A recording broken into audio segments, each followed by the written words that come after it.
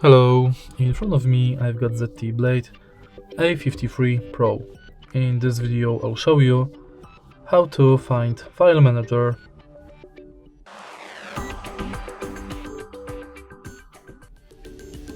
In the beginning, let's go to App Drawer and search for File Manager app. Enter it, and thanks to File Manager you've got access to your pictures, audio, videos, apps, archives, documents, favorites and downloads, and internal storage. Also you can go to Recents. Then you can calculate the storage. And that's basically it. If you find this video helpful, please leave like, comment and subscribe.